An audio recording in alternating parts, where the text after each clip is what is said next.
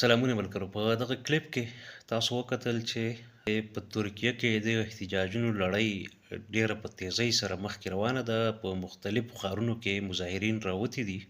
دا د اکرام امام غلو طرفداران دي چې د اپوزیشن لیډر دی ښکاره، او میر دی د سرخار، هغه ګرفتار شوی دی سره د خواوشا سل ملګرو د کرپشن او دهشتګردۍ په چارجز کې.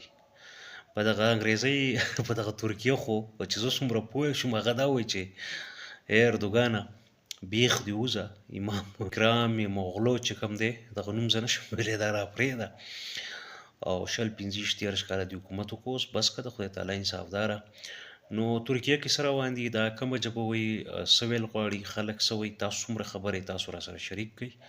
زما خو هسې عذرا مزا مې وویله، خو تېره هفته اپوزیشن لیډر او د سرخار میر چې کله ګرفتار شو، د هغې نه وروسته د احتجاجونو لړۍ د اردوګان خلاف په ټول ملک کې او بل په درې څلور غټو ښارونو کې په غټه شمېره کې خلک راوځي. البته په ترکیه کې یو پښتانه ملګري هغې به راته سم دم خبر راکولی شي. کورم ودان.